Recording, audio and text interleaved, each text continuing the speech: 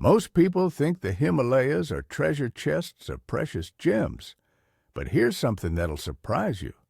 The few gem deposits we do know, they were mostly found by complete accident.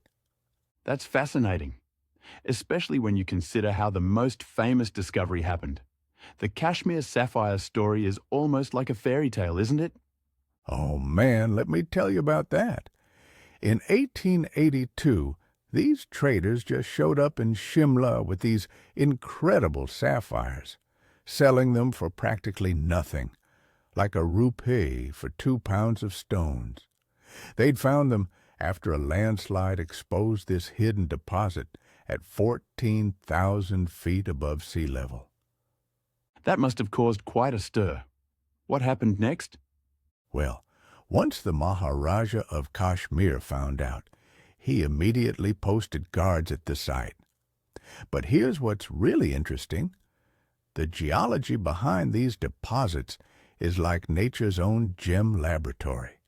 You've got these veins of pegmatite, basically granite's fancy cousin, running through these gray banded rocks called biotite gneisses.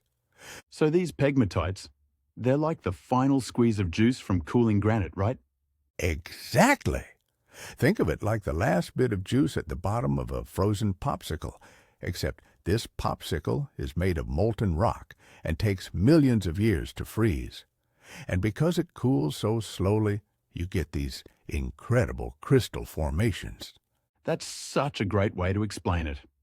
Though finding these gems isn't as simple as just walking up to the rocks, is it? Not at all. The fascinating thing is that the best gems are usually found in the debris below where these rocks are exposed. Nature does all the hard work. Over thousands of years, the rocks break down from frost and rain, but the gems, being nearly indestructible, just collect in these natural concentrations. That reminds me of the Aquamarine discovery in Baltistan. That was another incredible find, wasn't it? Oh my goodness, yes. The Dasso aquamarines were discovered in 1915, and some of the specimens were just mind-blowing. They found one crystal that was 10 inches long, 5 inches wide, and weighed about 13 pounds. But here's the really interesting part. They did this experimental dig with just 25 workers that lasted 10 days, and the economics were fascinating. Well, don't keep us in suspense. How did it turn out? They pulled out nearly 14 pounds of high-quality aquamarine for just 178 rupees in costs, and sold it for over 4,500 rupees. Though interestingly, the stones had this very subtle, pale color that's almost too delicate for modern tastes, but they look absolutely stunning under artificial light. You know what I find really fascinating? The way these gem deposits created entire trading networks across the region. Oh yeah, take turquoise for example. You see it everywhere in Himalayan jewelry, but most of it actually comes from these incredible mines in Nishapur, in Khorasan. We're talking about underground labyrinths of shafts and galleries cut into the hillsides between 4,800 and 5,800 feet up, employing about 200 workers in the 1880s. That's quite an operation.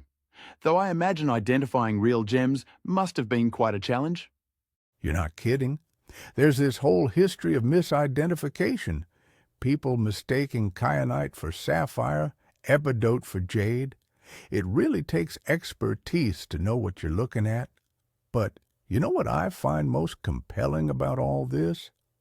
Each of these gems represents this incredible convergence of geological processes, human discovery, and the ability to actually extract them from some of the most challenging terrain on Earth. They're like time capsules that tell us stories about the mountains themselves. Exactly.